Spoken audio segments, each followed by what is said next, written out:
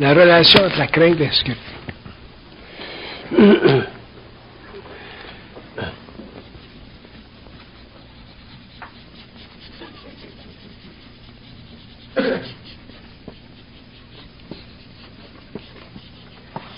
Ils disent que la crainte, fondamentalement, ça vient de l'âme. L'insécurité, c'est psychologique. Je vais étudier ça avec vous autres pour vous.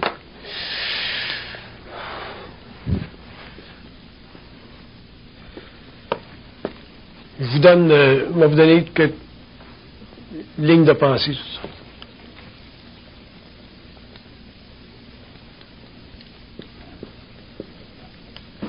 La crainte, c'est souvent lié à des pulsions fondamentales, irrationnelles. Tandis que l'insécurité,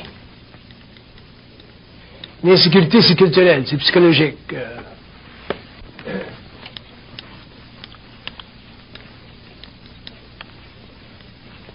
L'insécurité psychologique, ça demande d'être dépassé.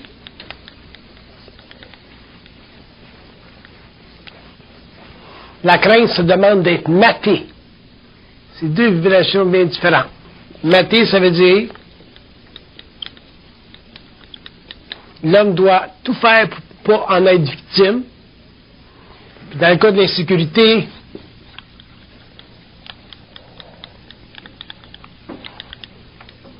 l'homme en arrive à le dépasser en se testant dans l'expérience. Insécurité, c'est lié à l'intelligence. Crainte, c'est lié avec les émotions. Fait que c'est bien différent.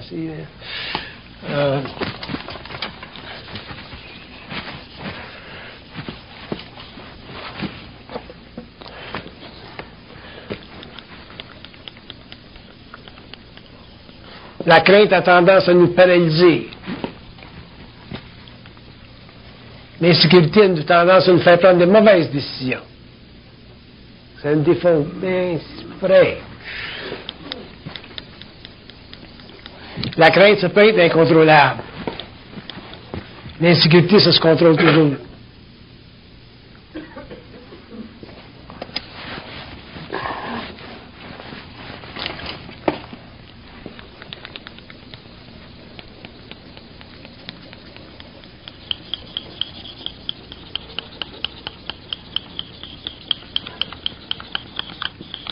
La crainte, ça viole notre indépendance d'action. Ça la viole carrément.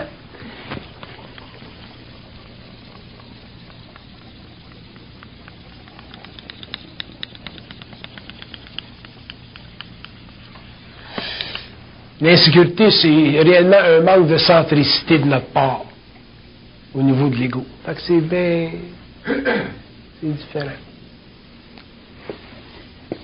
La crainte, ça peut être dangereux à long terme, pendant des situations.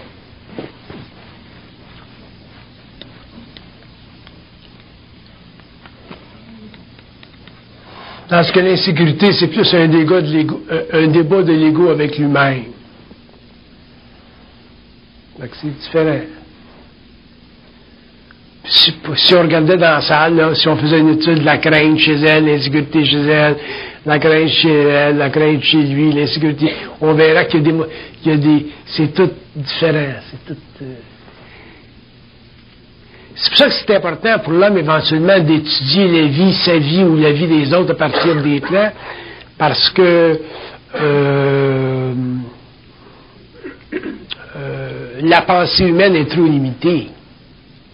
On a besoin d'être expliqué le phénomène humain. On ne peut pas seulement y penser parce qu'on arrive éventuellement à tourner en rond. C'est comme les gens qui s'analysent tout le temps. Tu peux t'analyser forever. T'sais. Alors que l'homme doit savoir comment ça marche telle chose, comment ça marche la machine humaine, comment ça marche le psyché, comment ça marche les rêves, comment ça marche la pensée, d'où ça vient la pensée. Pourquoi est-ce qu'on a des pensées intelligentes, des pensées qui sont beaux, pourquoi est-ce qu'on a des craintes, pourquoi est-ce qu'on a de l'insécurité. On doit connaître tout de l'homme, de soi-même. Mais pour ça, il faut faire une communication assez développée avec les autres plans, ou une grande intuition. Si on a une communication télépathique avec les autres plans, avec le plan mental, surtout le plan mental, je ne parle pas des entités astrales, du plan mental, à ce moment-là, tout devient très, très clair. Parce que là, tu tombes dans la science de l'esprit, puis Puis le phénomène humain devient transcendé dans sa condition existentielle. Fait que ta vie, t'as comprends, t'assis, t'es bien dedans, t'es capable de voir l'avenir sans nécessairement en voir tous les contours. Puis t'es moins sujet à l'atrophie de ta conscience, t'es plus dans l'expansion de ta conscience. Tu vis plus par rapport à l'extérieur de toi-même, tu vis par rapport à toi, point final. Tu peux être en relation harmonieuse avec le monde, mais tu vis réellement par rapport à toi. Autrement dit, il n'y a plus de maître au-dessus de toi, ni dans le matériel, puis ni dans l'invisible. Un petit peu maintenant.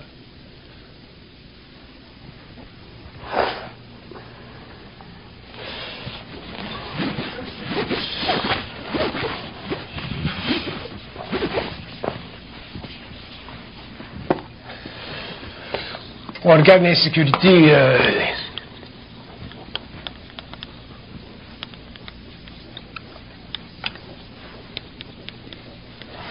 Ils disent qu'une raison pourquoi est-ce qu'il y a de l'insécurité dans l'ego, c'est parce que l'ego n'est pas suffisamment appointé à lui-même.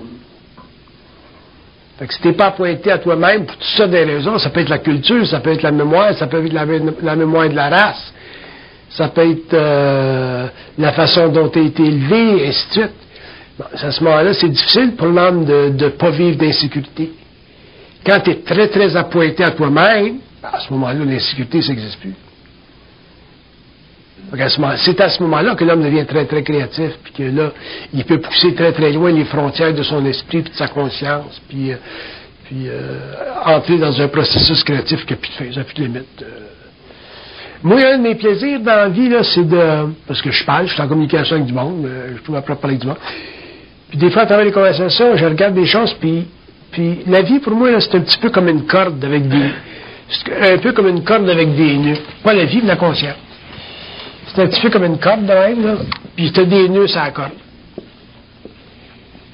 Puis quand je suis en conversation avec des gens, ou que je lis des articles, des choses, d'un coup, il y a un problème que l'homme vit qui est comme un nœud. Puis on dirait que mon challenge créatif, c'est de faire éclater le nœud. Mais souvent, le nœud est très, très pas culte. Fait qu'à ce moment-là, je suis obligé je suis obligé de faire de l'écriture automatique ou faire de la télépathie directe avec les autres pour le comprendre. Puis souvent, si c'est trop compliqué, trop subtil, mais je suis obligé d'attendre des conférences pour le faire. Parce qu'il y a des couches, puis des couches. C'est comme des couches d'oignons. Mais effectivement, la conscience, c'est faite de nœuds. Puis quand tu élimines tous ces nœuds-là, quand tu n'as plus de nœuds dans ta propre conscience personnelle, l'insécurité, ça n'existe plus. Tu peux avoir de la crainte. Tu peux vivre une certaine crainte, parce qu'il faut que tu sois protégé souvent à travers des mécanismes de réflexe réellement animal pour te protéger. Fait que la crainte, il y a des sortes de craintes qui sont utiles dans la vie pour te protéger. Mais l'insécurité psychologique, ça ne devrait pas exister. Fait que là, de la crainte, c'est normal, c'est très bon d'ailleurs. Quand tu es dans une cage à lion, il faut que tu aies un petit peu de crainte, sans ça, tu risques de te faire déchirer les pantalons. Tandis que l'insécurité, ça n'a pas sa place dans la vie, dans la conscience de l'homme. Fait qu'avec l'évolution, ça va disparaître. Fait qu'il faut comprendre que la crainte, c'est normal, l'insécurité, ça ne l'est pas. Fait que si quelqu'un me disait, bon, mais j'ai de la crainte telle affaire, mais j'ai la moins de problème avec ça que s'il me disait, bon, mais j'ai de l'insécurité avec telle affaire. Parce que c'est plus fondamental, c'est plus proche de la conscience animale de l'homme. Il peut y avoir des bonnes raisons d'avoir de la crainte. Tandis que l'insécurité, ça, il faut travailler ça, bien éliminer ça. Parce que ça diminue nos vies, ça diminue notre qualité de vie.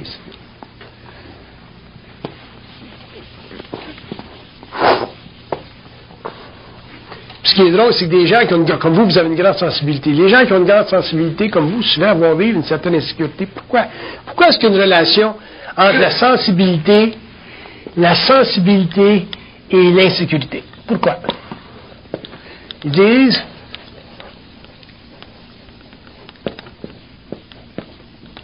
parce qu'ils disent la sensibilité, ils disent que c'est le contact avec une partie de soi qu'on ne contrôle pas. Quand on est sensible, quand on est des êtres sensibles, comme les artistes, ainsi de suite, qui ont des êtres sensibles, sont en contact avec une partie d'eux-mêmes, d'où ils reçoivent une vibration créative, mais qui ne sont pas capables de contrôler. Tu vois ça souvent, les artistes qui vont sur le stage, ils vivent des blocages, comment est-ce qu'on appelle ça? Le trac.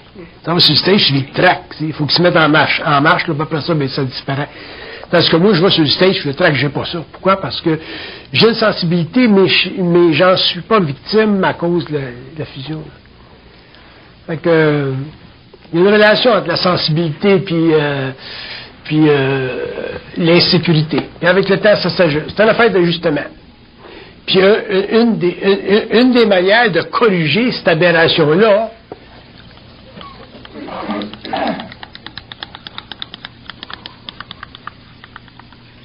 c'est de prendre conscience qu'on est toujours intelligent. Toujours intelligent. Même quand on fait une erreur, on est toujours intelligent. L'homme devrait savoir qu'il est toujours intelligent. À partir du moment où vous questionnez que vous êtes toujours intelligent, vous commencez à vous comparer. Là vous êtes fait. L'homme devrait savoir qu'il est toujours intelligent. Puis à partir du moment qu'on commence à s'habituer à réaliser qu'on est toujours intelligent, autrement dit, toujours dans ce flux d'énergie créative-là, éventuellement le flux s'élargit, s'agrandit, ça, puis un jour, ben, tu deviens plus créatif, puis ça te dérange plus, puis tes corps sont ajustés, donc tu souffres plus de sensibilité, puis d'insécurité de l'ego. Moi, je peux même pas m'imaginer pas être intelligent. Je suis pas capable. D'être dans ce flux-là, là. Je suis pas capable. Je suis pas capable. Je suis pas capable. Autant c'est anormal pour l'homme, autant pour moi c'est le contraire. M'imaginez là que je serais pas capable de répondre à des questions, là, je suis pas capable. Pourquoi? Parce que je suis trop dans ce flux-là. Fait que, avec ma sensibilité, alors je souffre plus de ma sensibilité. Pourquoi? Parce que je suis plus victime de l'insécurité de l'ego. Mais c'est avec le temps. Aujourd'hui, je suis habitué. Ça fait 30 ans là, que je suis dans ce processus de fusion-là, je suis habitué. Mais si je retourne de 30 ans en arrière, 25 ans en arrière, je trouvais ça très, très difficile de toujours être dans le flux de cette énergie-là. Les gens venaient me voir, les gens me parlaient, puis j'avais toujours une réponse. J'étais toujours contre tout, moi. Je suis toujours contre. J'ajustais, puis j'ajustais. Dans tous les domaines de la vie. Puis c'est au cours des années que je suis devenu habitué à plus souffrir de ça. Pour qu'aujourd'hui, ben, c'est évident que j'ai plus d'insécurité. Ça me dérange plus. C'est comme tout est gelé des morceaux. Fait que c'est important pour nous autres de savoir qu'on est toujours intelligent. Il faut supporter ça, d'être intelligent. Si on ne le supporte pas, ben à ce moment-là, on le questionne. En le questionnant, ben on devient insécure. Puis c'est comme un cercle vicieux. Puis plus on est sensible, plus c'est important pour nous autres de pouvoir supporter le fait qu'on est toujours intelligent.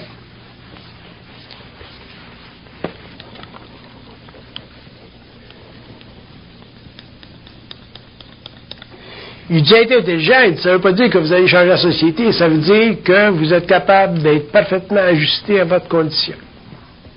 Quand tu es parfaitement ajusté à tes conditions, tu es intelligent. Puis après ça, tu t'habitues à être de même. Puis après ça, tu t'habitues à être plus de même. Puis après ça, tu t'habitues à être plus de même. Puis c'est là que l'homme devient très créatif. Ça se fait pas tout d'un coup.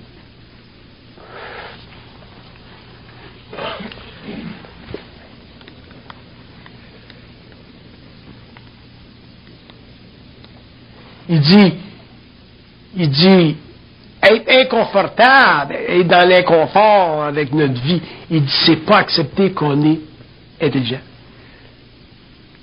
Fait qu'on questionne notre intelligence, on questionne la qualité de notre intelligence, on questionne l'état de notre intelligence, on questionne sa magnitude, ainsi de suite. C'est de l'ego, ça. C'est sûr que ça nous mène à de l'insécurité, puis ça crée toutes sortes d'autres mécanismes de réflexion, comparaison. C'est mortel se comparer aux autres. Il n'y a rien de plus malade que ça, plus mortel que ça. OK? Question? D'autres questions? On regarde, on étudie avec eux autres l'affaire de toujours se savoir intelligent. Ça, c'est intéressant.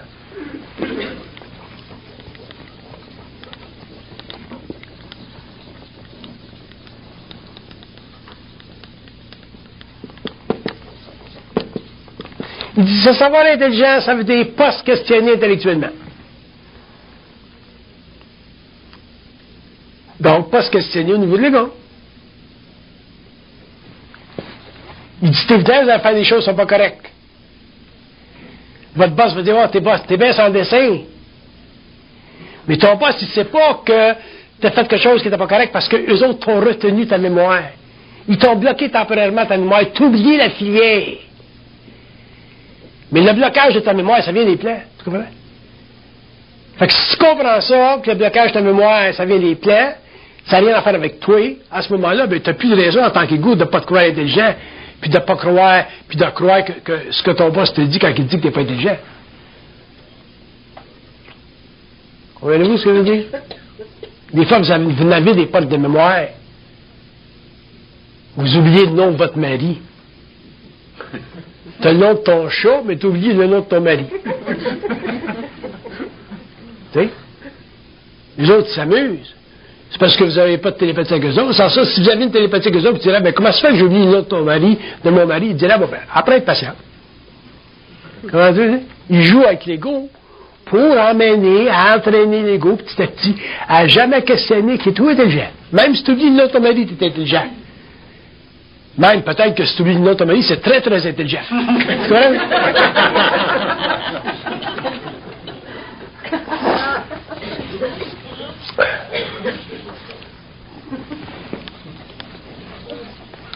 Il dit, n'oubliez pas que l'esprit joue toujours avec l'âme. Tout le temps. C'est un jeu. C'est un ajustement. C'est un jeu. Fait que c'est important de se savoir trouver intelligent.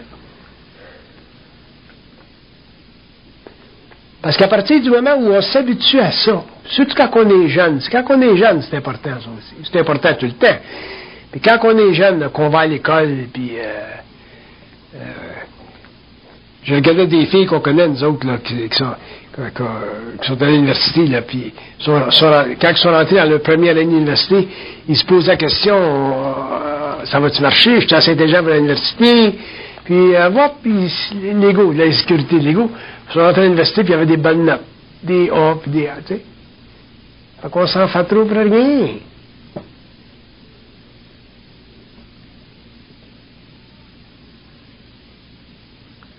Je reviens tout de suite. Fait que c'est très important de savoir qu'on est toujours intelligent. Ça veut dire ça, qu'on est toujours dans l'intelligence. C'est pas évident, ça. C'est pas évident.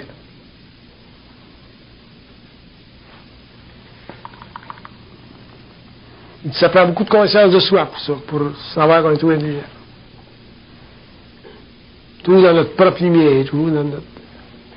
Puis une fois qu'on est capable d'absorber ça, ce fait-là, ce phénomène-là, mais là, c'est comme si on peut l'absorber plus, on peut l'absorber plus, puis avec le temps, on devient plus créatif.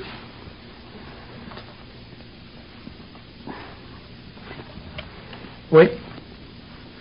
Ceux qui souffrent de manque d'intelligence, est-ce qu'on peut considérer qu'il existe un remède contre ça, dans le sens que ça se cultive, dans le sens que l'oisivité de l'esprit, j'aimerais ça qu'on... L'oisivité de l'esprit.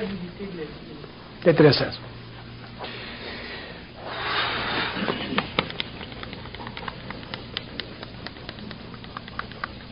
Ils disent que l'oisivité de l'esprit, c'est un manque de contact avec nos propres ressources intérieures. C'est comme si quand l'homme est oisif au niveau de son esprit, ça veut dire que son attention est connectée avec le monde, mais elle n'est pas connectée avec lui-même. Si l'homme était connecté avec lui-même profondément, il ne serait jamais oisif dans l'esprit, même s'il ne faisait rien. Parce que l'oisivité de l'esprit, ça n'existe pas quand tu es bien conscient de l'esprit. Mais ça existe quand tu n'es pas conscient de l'esprit, parce qu'à ce moment-là, ben, tu te connectes avec des choses extérieures qui sont banales. Un homme peut être très, très actif dans le monde et aussi être oisif au niveau de l'esprit.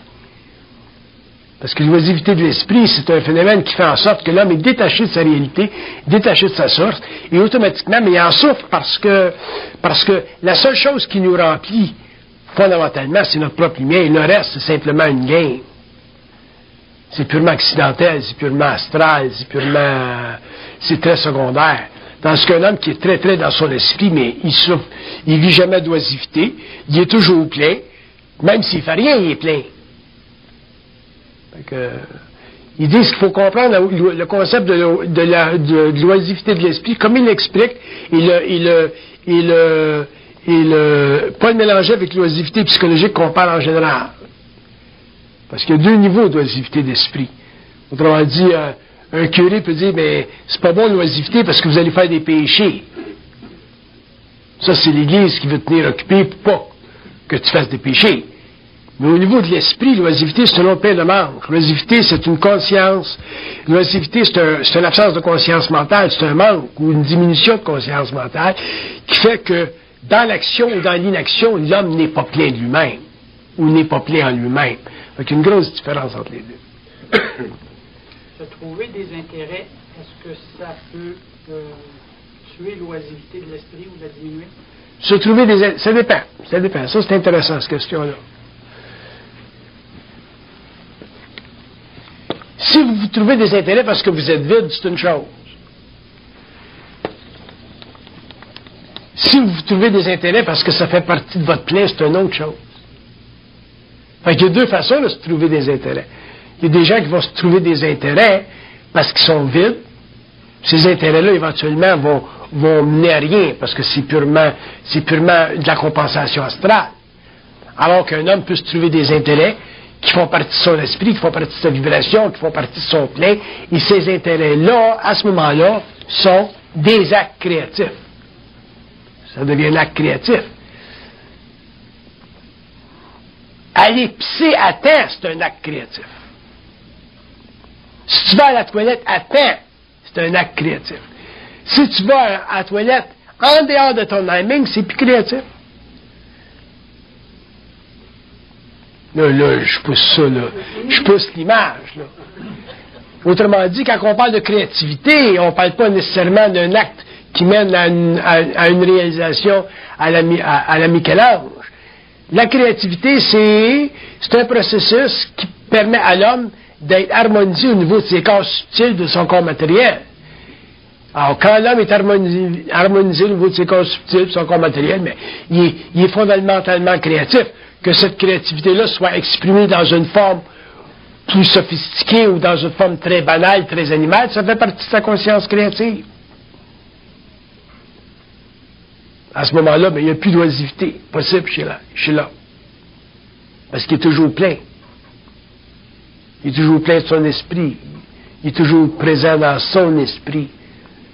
Puis éventuellement, l'homme va dans la conscience télépathique, fait qu'à ce moment-là, il n'est jamais seul dans le monde, même s'il n'y a personne autour de lui.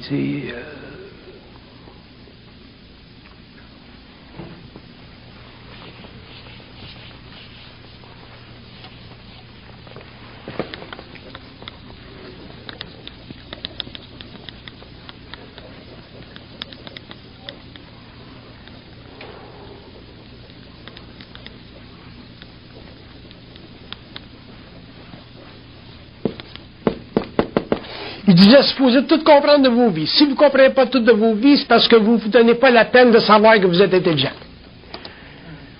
Parce que si vous vous donniez la peine de savoir que vous êtes intelligent, vous ne questionneriez pas votre vie, vos vies. À ce moment-là, vous seriez plein dans vos vies. Ça vous donnerait une vibration, qui mènera à une autre vibration, puis qui mènera à une autre vibration.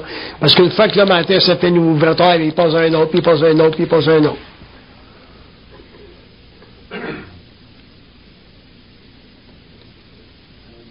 Oui. C'est-tu le même processus d'abord pour éliminer une entité? C'est le même processus pour éliminer une entité?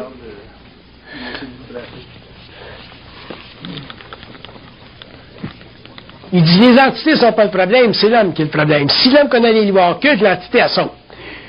Si l'homme ne connaît pas les lois occultes, l'entité reste greffée à lui, parce que l'entité, ça fait partie de son inconscience astrale, ça fait partie de sa personnalité, ça fait partie de son inconscience planétaire existentielle.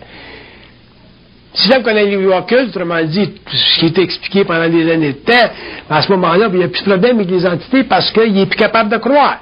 C'est quoi le problème d'une entité dans la conscience de l'homme? C'est que l'homme croit. À partir du moment où tu crois, tu vis un certain niveau d'entitisation. Tu es astralisable. Tu n'es pas supposé de croire.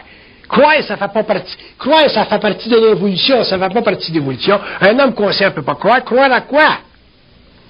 Fait que si tu crois moindrement, à ce moment-là, tu as un certain niveau d'inconscience, tu as un certain niveau de vibration astrale, tu es à un certain point enraciné dans ton âme, puis automatiquement, tu vis une subjugation parce que, en tant qu'ego, tu as l'insécurité de savoir. L'insécurité de savoir, c'est ça ta croyance. C'est pour ça qu'ils mettent toujours une différence entre la connaissance et le savoir. L'homme de l'évolution, il cherche la connaissance. L'homme d'évolution sera dans le savoir. Ça ne se cherche pas du savoir, c'est là. Fait que le phénomène de la croyance, ça fait partie, c'est lié à l'insécurité de l'ego.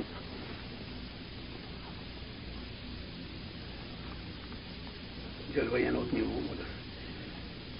Puis ce que vous appelez, vous autres, des entités. Souvent, les gens disent, bon, ben, comment est-ce que je peux savoir si c'est mon double ou si c'est une entité? Tu occupe-toi pas de ça. D'ailleurs, tu t'évoues pas, fait que tu pourras jamais savoir tout de suite. Évidemment. Fait que la seule chose que je dis, bon, ben, si c'est intelligent, c'est intelligent, si ça l'est pas, ça l'est pas. Ça vient de régler ton problème. Fait que si tu sors avec une fille qui est bien belle, puis tu la rencontres un soir avec un beau noir, puis tu vis une grosse jalousie, puis tu te sens bien à petit cul, mais là, tu as un problème de jalousie. Fait que tu comprends? Fait qu'à ce moment-là, ben, c'est sûr que tu vas être astralisé par une entité quelconque, ou si tu n'es pas astralisé par une entité, tu peux même être astralisé par eux autres. Fait que ça n'a pas d'importance qui c'est qui t'astralise. Toi, techniquement, tu dois être capable de regarder ce qui se passe, vivre ce qui se passe, puis pas être impliqué au niveau de l'ego. Si tu n'es pas impliqué au niveau de l'ego, à ce moment-là, tu ne vivras pas de jalousie, puis si tu n'es pas astralisé, puis tu n'as pas une entité astrale qui te confine à une expérience de jalousie, ben à ce moment-là, ben, tu n'as plus de problème.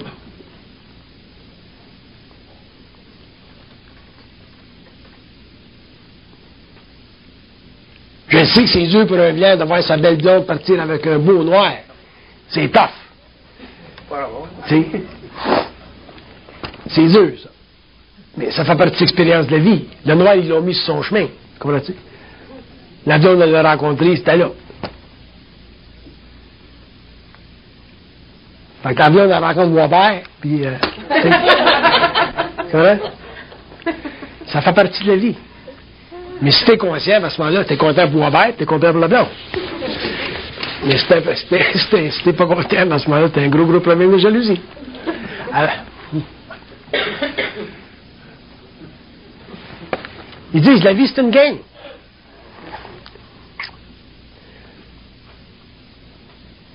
Là, vous allez dire, mais on peut-tu être sûr? Ça existe-tu, être sûr? Être sûr, ça existe. Il dit, quand t'es sûr d'être sûr, c'est parce que t'as plus d'insécurité. Fait qu'à ce moment-là, ils peuvent plus jouer sur tes nerfs. Fait que c'est pour ça que t'es sûr d'être sûr. Être sûr d'être sûr, c'est parce que t'as été tellement lavé, cleané, nettoyé. Il n'y a plus de poussière. Fait que, ils n'ont plus besoin de passer le balai. C'est ça, être sûr d'être sûr. En attendant, ils peuvent toujours passer le balai. On appelle ça l'évolution.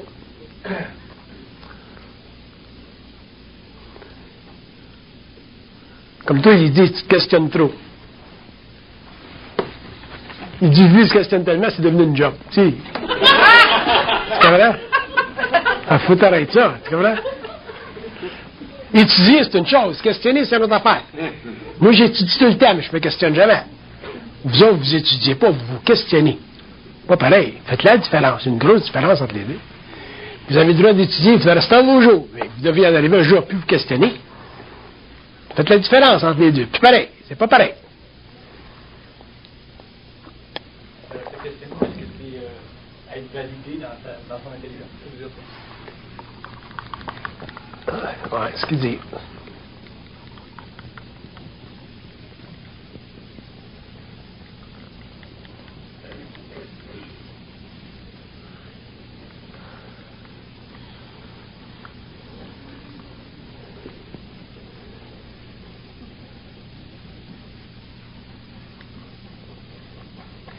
Il dit se questionner, il dit c'est pas avoir. Comment est-ce qu'il me dit ça? Il dit c'est pas avoir la certitude d'accéder à la source avec instantanément. C'est ça questionner. C'est ça se questionner. Oui. Hein? Se questionner, c'est pas une sécurité. C'est de l'insécurité. Ben oui, c'est collectif, c'est sûr. Se questionner, c'est un corollaire de l'insécurité. Moi, quand j'ai ça dans la conférence, je sais pas ce que je vais dire, je sais pas ce que je vais faire. Je suis obligé d'aller au tableau et savoir ce que je vais dire. À ce soir, on veut parler de ça. OK. Rouvre la chanteuse, puis je vais en parler. Mais si je m'en viens de chez nous, puis je dis, qui c'est que je parle à ça, elle va dire, c'est pas de tes affaires. Fait qu'à ce moment-là, ben, tu peux pas avoir d'insécurité. Si tu as d'insécurité dans un cas de même, là, tu vas être bien malheureux. Là, tu arrives ici, tu as le trac. Là, ils vont jouer avec mes nerfs. Ouais.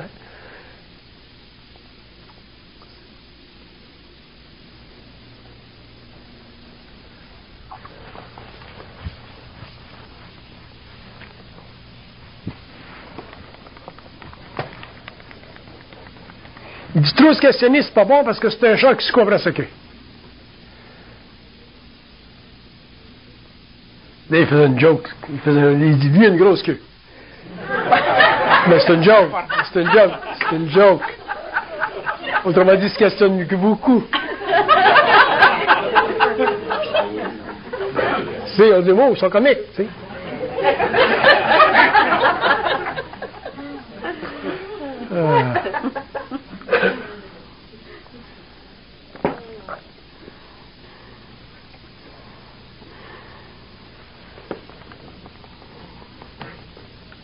Il dit trop se questionner, c'est pas bon parce qu'il dit vous vous habituez pas à supporter votre vide, d'être dans votre vide plein. C'est tout l'intellect qui fait d'overtime, l'intellect qui fait d'overtime. Tu peux pas te comprendre en te questionnant. Comment est-ce que tu te comprends?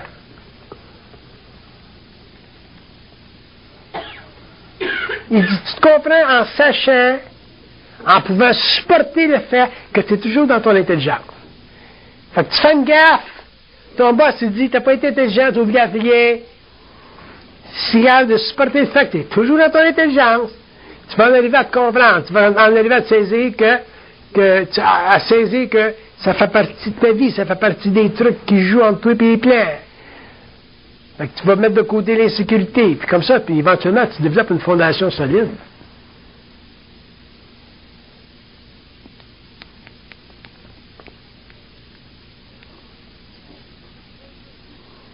Puis on vit dans une société compétitive où relation boss-patron, la vie est dure, et ainsi de suite, mais plus on est testé parce que c'est une vie de compétition, puis c'est une vie où l'homme doit performer. Fait que quand tu es régi par des lois sociales où il faut que tu performes, ben, c'est évident qu'éventuellement tu vas faillir un peu, puis tu vas être critiqué ou tu vas te critiquer toi-même, puis tu vis des états psychologiques abominables. C'est pas vrai que des gens soient insécures. Mais c'est toutes des illusions, ça. Le boss, il ne sait pas. Le boss, c'est pas supposé de savoir que tu te sais intelligent, même si tu oublies à filer.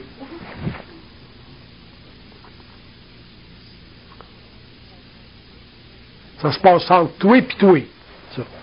C'est supposé se passer entre toi et toi. Toi, autrement dit, entre toi et eux autres.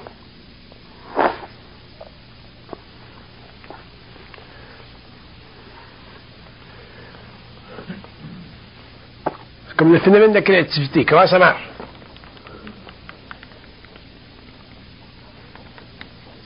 La créativité, c'est une énergie qui passe seulement quand vous avez un certain niveau d'ouverture, de liberté intérieure. C'est là que ça passe, la créativité. Sans ça, si vous êtes bloqué, ça passe pas.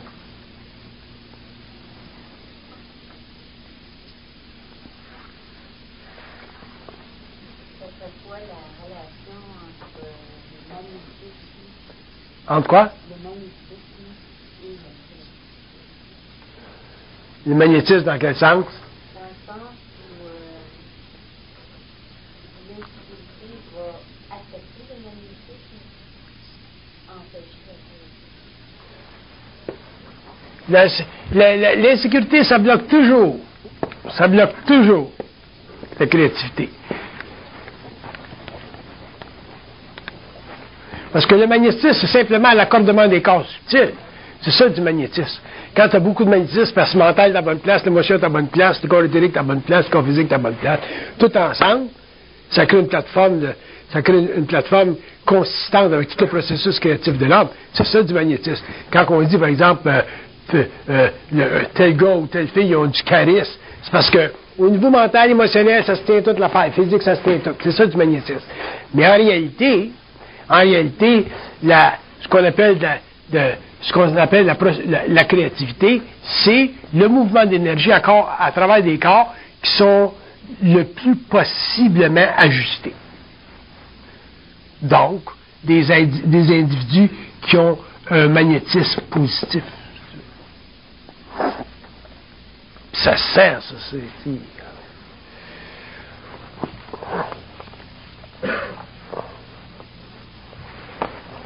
Mais, ils disent avoir un magnétisme positif, ça ne veut pas dire avoir de la conscience.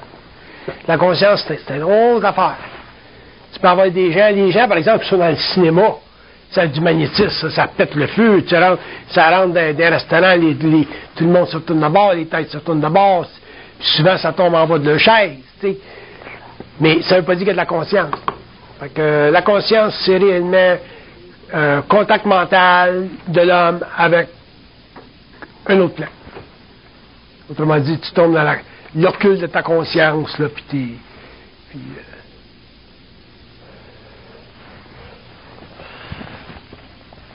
le magnétisme, ça n'implique pas nécessairement conscient. Est-ce que pour un être conscient, le magnétisme deviendrait un outil de travail?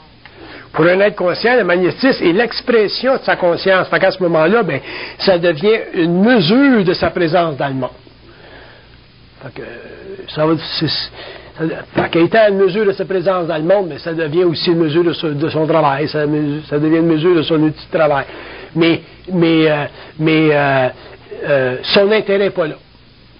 Ça fait simplement partie de l'ajustement de ses corps et de la projection dans le monde. Et c'est une mesure de sa conscience.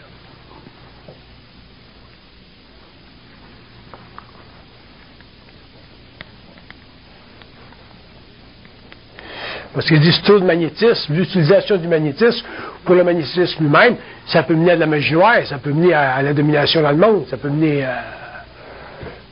Ça va des deux bords, la fait du magnétisme. Moi, j'en connais des gens qui sont très, très magnétiques, puis sont des gens dangereux. Fait que si t'es pas réellement allumé, tu tombes dans la trappe, ils vont t'avoir ça, c'est sûr. Ça, c'est du magnétisme, mais c'est très astralisé, là. Fait que ça dépend de ce qu'on regarde, comment est-ce qu'on le voit. Ce qui doit primer chez l'être humain, c'est sa conscience. Le reste, ça se fait tout seul. Le magnétisme, il se développe naturellement après. Tandis que si une personne cherche à devenir magnétique, à ce moment-là, il va entrer dans des processus de manipulation, des processus de conquête, des processus de domination, ainsi de suite, de son environnement. La magie noire, c'est ça. La magie noire, c'est du magnétisme astral.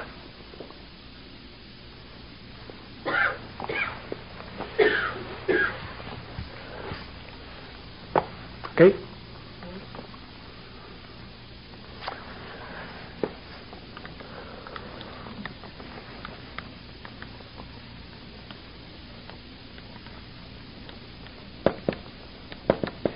Ils disent, quand vous êtes insatisfait avec ce que vous faites ou ce que vous avez fait dans la vie, ils disent, cherchez-vous des points de repère, des points de repère. Qu'est-ce que ça veut dire, ça?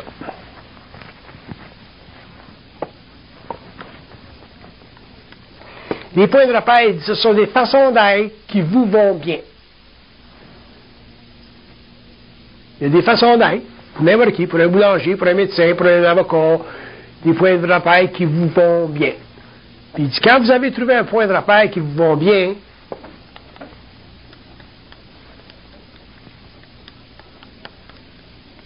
il dit, cherchez à en profiter le plus longtemps possible, jusqu'à temps que votre vibration change, pour que ça vous soyez amené plus loin dans votre développement, dans votre recherche, puis dans votre perception de vous-même. Mais chaque être humain devrait être capable de se trouver un point de repère qui convient.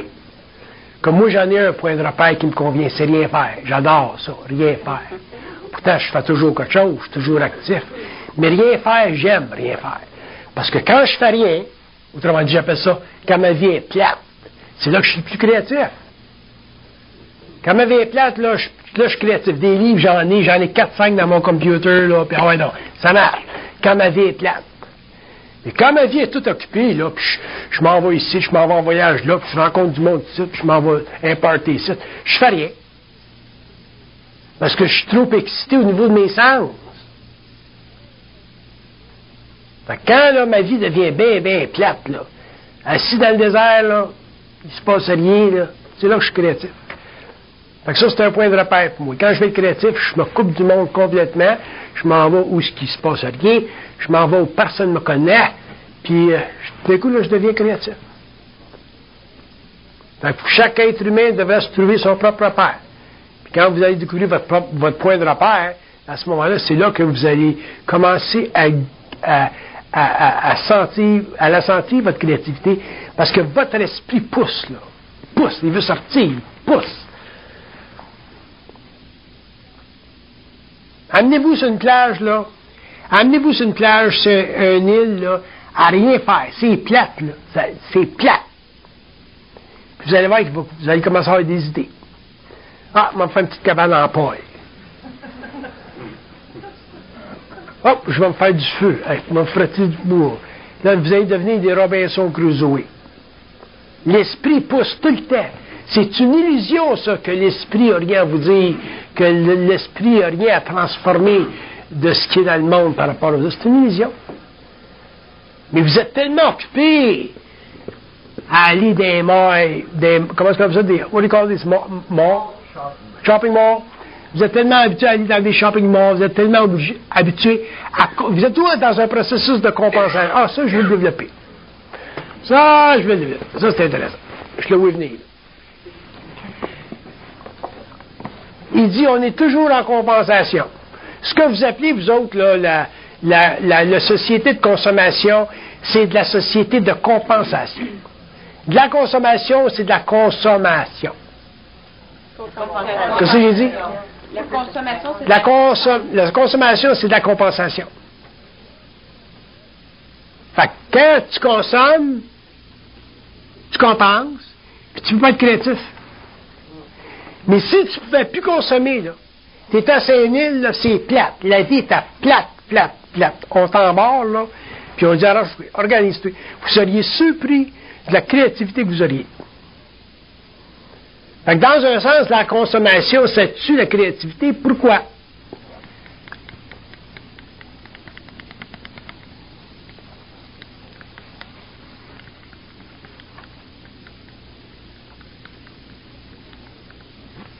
Il dit, parce que là, on a de la difficulté à ce moment-là à s'atteler à une vibration qui sort de l'ordinaire, une vibration plus haute.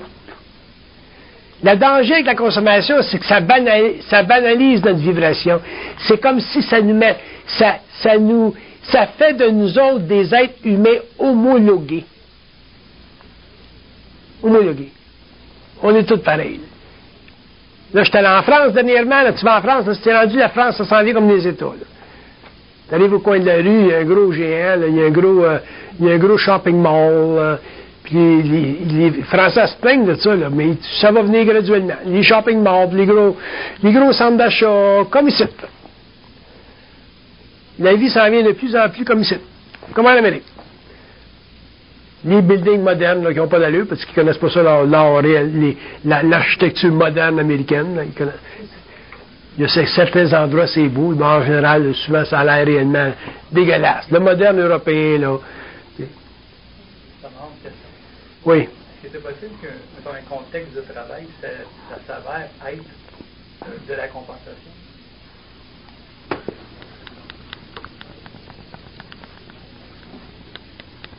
Il dit, travailler, c'est fait pour payer votre loyer. C'est fait pour vous nourrir. C'est essentiel à votre nature animale. À l'intérieur de ça, il peut y avoir une certaine créativité, mais il dit, elle est toujours régie par votre civilisation.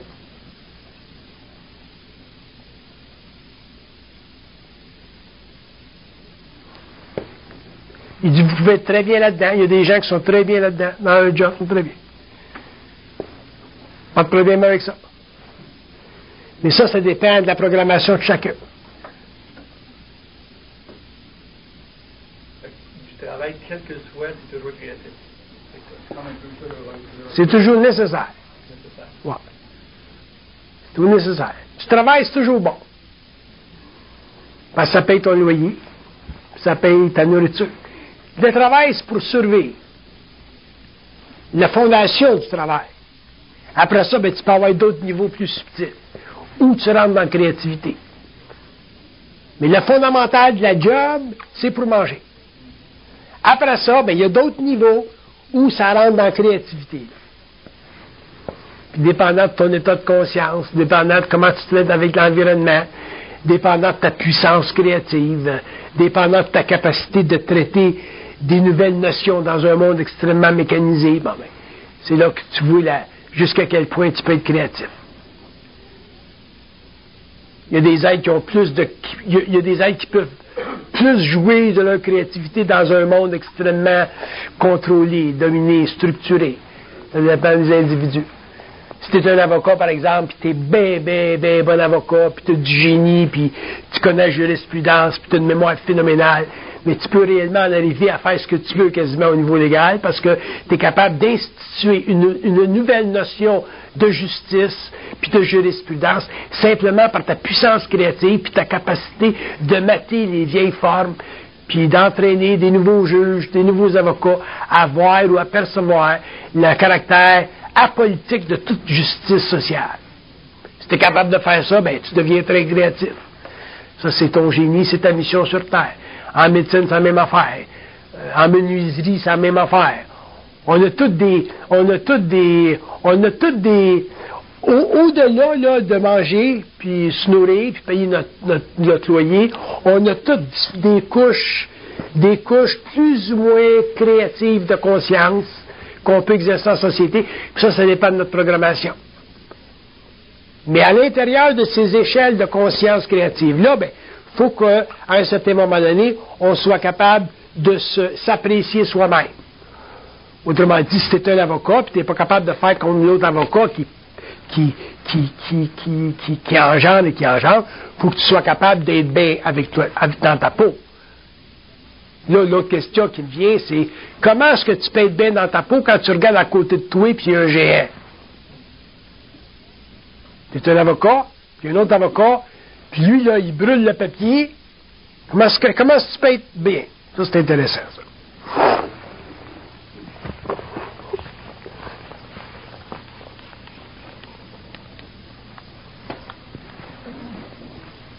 Il dit chaque être humain a un potentiel énergétique qui doit brûler. L'autre avocat, il a le feu dans le cul. Il y a le mental, il y a la psychologie, il y a l'énergie, il y a le vouloir, il y a la volonté de faire des affaires que toi, tu feras jamais. Il va prendre l'avion, il va aller en Europe, rencontrer la cour en Belgique, rencontrer tel avocat, il va revenir, il va rencontrer un autre, il va faire des démarches incroyables pour en arriver à ses fins, à ses buts, et ainsi de suite. Il va se connecter à du monde. Quand il fait des parties, c'est plein de monde. Toi, tu es un avocat, mais tu n'es pas capable de vivre cette vie-là.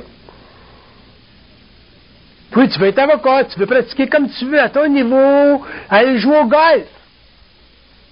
Lui, il ne joue jamais au golf. Il est toujours dans la poursuite de son excellence.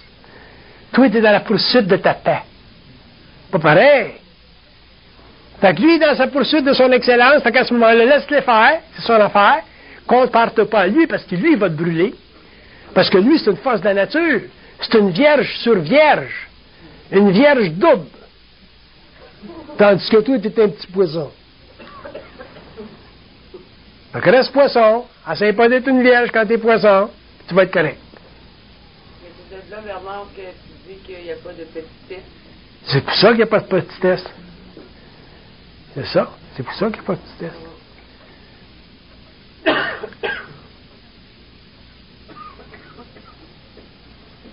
On a tout le potentiel énergétique nécessaire pour la mission qu'on a sur le plan matériel. Moi, je regarde du monde, là, puis je me dis, c'est des forces de la nature. Ça n'arrête pas.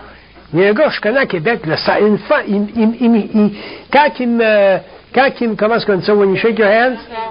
Quand il me serre la main, là, il me brise la main, là, tu sais. C'est normal, là, lui, il fait ce bonjour, comment ça va, là. Il te brise la main. J'ai dit, prends un break, là. J'ai dit, je pourrais plus écrire tout à l'heure, là. Une force de la nature. Incroyable. Dès comme ça ne s'arrête pas. T'arrêtes pas ça, un train. Tu le laisses aller sur la traque. Fait que moi, je ne vais pas dire, ben, j'aimerais ça être de même. Je peux pas de même. Moi, il faut que je monte ma batterie à tous les matins. Lui, la batterie, elle monte à tous les matins. Moi, il faut que j'en monte ma batterie à tous les matins. Tu comprends ce que je veux dire? On n'est pas pareil. On n'a pas le même potentiel. Fait que tu commences à regarder de même, tu as un complexe d'infériorité, le pipi te diminue de même. C'est sûr.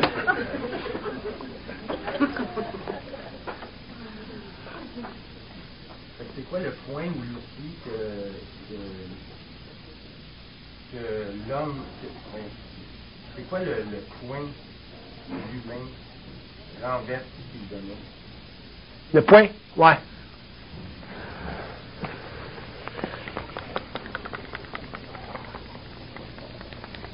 Il dit le point où l'homme renverse ce qu'il domine, c'est dans la volonté pure. Mais il faut que tu saches ce que tu veux. Puis après ça, ben, tu y vas full speed ahead. C'est la volonté intégrale. C'est comme je disais souvent, un gars dit, bon, mais j'ai pas de job. Ça n'existe pas, ça, il n'y a pas de job. Tu peux pas me dire, il n'y a pas de job. Il y en a 75 millions de jobs. Déplace ton corps, va chercher. Il y en a une job. C'est un problème, c'est un job, corrige le problème. C'est rien qu'une affaire de volonté, c'est une affaire de volonté. Sans ça, vous ne pourrez jamais contrôler votre astral. Donc à ce moment-là, ben, vous ne pourrez jamais en arriver à le sentir, ce fameux point-là. Là. Parce qu'il est tout dans la volonté, le point. C'est plusieurs choses, la volonté. Regarde la volonté. C'est quoi de la volonté? Je vous donne des échantillons.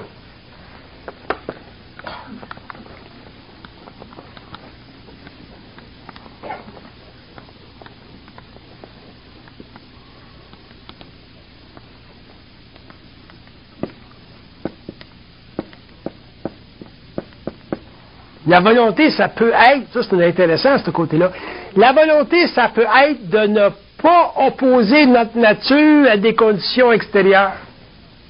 Ce que ça veut dire, ça, c'est qu'un gars, je te donne un exemple. Un gars va dire, bon, ben, je perds toujours mes jobs parce que je suis pas capable d'arriver à 9 h le matin. J'essaie d'arriver à 9 h le matin, je suis pas capable. Puis il perd ses jobs, Un jour, s'il veut garder sa job, il va falloir qui ne s'oppose pas aux conditions extérieures. Donc, pas s'opposer aux conditions extérieures, ça veut dire 9 h le matin, il faut que tu rentres, il faut que tu te crisses en bas du lit. Comment que ça prendrait 3 heures pour te crisser en bas du lit? Il faut que tu prennes tous les moyens pour te crisser en bas du lit. Tu vas casser ça, tu vas rentrer dans le point. Parce que tout ça casse. Mais si tu ne fais pas ça, puis tu ne t'opposes pas ta nature, autrement dit, tu laisses ta nature s'opposer aux conditions extérieures, tu ne pourras jamais arriver à 9 h le matin. C'est comme les gens qui veulent arrêter de fumer, ils ne sont pas capables d'arrêter de fumer. Tu veux-tu arrêter de fumer ou tu ne veux pas arrêter de fumer? Là, vous allez toutes me donner l'histoire que c'est de la drogue. Là, c'est que c'est de la drogue. Mais quand c'est le temps d'arrêter de fumer, parce que tu veux arrêter de fumer, t'arrêtes de fumer. Moi, j'ai fumé pendant 44 ans, puis j'ai arrêté le lendemain, puis c'était final, c'est comme si j'avais jamais fumé de ma vie. C'est sûr, mon corps a eu un choc, puis tout ça, là, mais encore, ça s'ajuste. Fait que ça, c'est le point, ça. Le gars dit, je suis pas capable d'arrêter de boire. Tu es toujours capable d'arrêter de boire.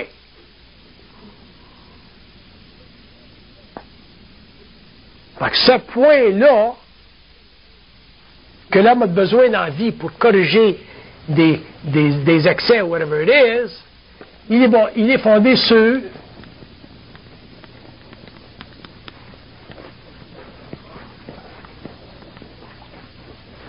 il dit un besoin fondamental de rendre sa vie meilleure. Fait que si tant que tu n'as pas atteint ce point fondamental-là de rendre ta vie meilleure, tu ne le feras pas. C'est pour ça que souvent, le gars, faut qu'il ait le cancer avant d'arrêter. Quand il y a le cancer, là, puis le médecin dit, bon, ben, faut que tu arrêtes de fumer, il dit, OK, doc, t'arrêtes de fumer. Mais tant qu'il n'y a pas eu le cancer, ça fait 15 ans, le cancer est 15 ans plus loin, il va fumer. La boisson, c'est la même affaire. Courir après les femmes, c'est la même affaire. Whatever, ce qu'on fait dans la vie. On dirait que c'est la souffrance qui nous donne cette volonté-là, ce petit coup de pouce-là.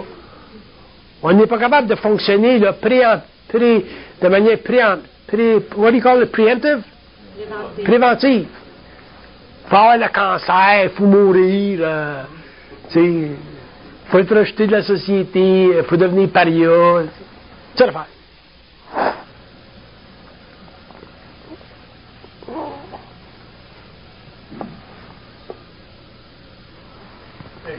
la différence entre la prévention et la spéculation?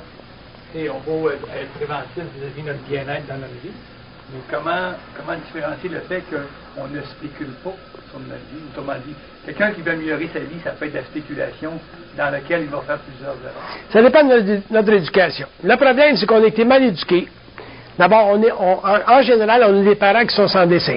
Quand tu as des parents qui sont sans dessin, PSD,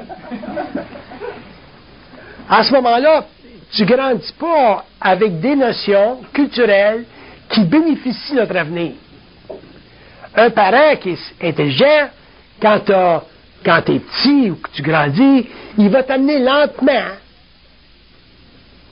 Il va t'enseigner lentement pour que quand tu arrives à 13-14 ans, tu ne fumes pas et tu ne prends pas de drogue. Il peut te jouer n'importe quel game, des games que tu fais avec des enfants. Il peut t'amener, si des bicycles à gasoline, il considère ça dangereux pour ton tempérament, il va t'amener à l'hôpital, puis il va te montrer des gars qui sont rentrés des murs à 150 000 à l'heure, qui c'est qui ont de l'air. Fait que ça va te régler ton cas tout de suite. Ça, c'est de la prévention. Si on sait que c'est difficile dans la vie, la manutention de l'argent, il va t'apprendre, pendant que tu es petit, 6, 7, 8, 9 ans, à commencer à te faire un compte de banque. Comment traiter pas attendre que tu aies 60 ans. C'est comme des femmes qui sont mariées, puis que le gars leur a jamais rien enseigné, puis que les femmes arrivent à 50 ans, puis ils savent pas quoi faire, ils savent pas comment ça marche, la caisse populaire. C'est pas bien intelligent. C'est une affaire c'est une affaire d'éducation. Fait que quand tu parentes un enfant, ta job, d'ailleurs, parenter un enfant, c'est l'initier à la vie. Puis si, moindrement, tu fais pas partie du PSD, ben à ce moment-là, ben, tu commences à lui montrer ça. Fait que quand il est prêt à partir tout seul, il est assez avisé, lui, pour commencer à avoir une vie qui va être agréable. Il sait comment ça marche l'argent, même la santé. Tu commences avec tes enfants quand ils sont jeunes au niveau de la santé. Tu commences avec tes enfants quand ils sont jeunes au niveau de la propreté de leur corps, leur vêtement, et ainsi de suite. Fait que quand tu fais ça lentement, puis tu amènes un enfant en contact avec de la beauté, mais c'est évident que rendu à 18-19 ans, il ne va pas être avec les Hells Angels. Comprends-tu? Il n'y aura pas de vibration. Il va être trop sophistiqué intérieurement. Parce qu'il va avoir été montré, toutes ces affaires-là. C'est de la prévention. Il n'y a pas assez de prévention dans l'éducation. Fait que les jeunes grandissent, sont rendus à 13-14 ans, les parents font partie d'une autre génération, ils ne savent plus quoi faire avec ça. Ils sont foutus. Fait que le jeune est obligé de se débrouiller lui-même, puis se débrouiller lui-même, mais c'est bien difficile aujourd'hui. Parce que nos parents sont sans dessin. Ça ne veut pas dire qu'ils ne sont pas fins, mais souvent du monde qui sont trop fins ne sont pas assez intelligents. Parce qu'être trop fin, c'est pas toujours bon. Mais être intelligent, c'est toujours utile.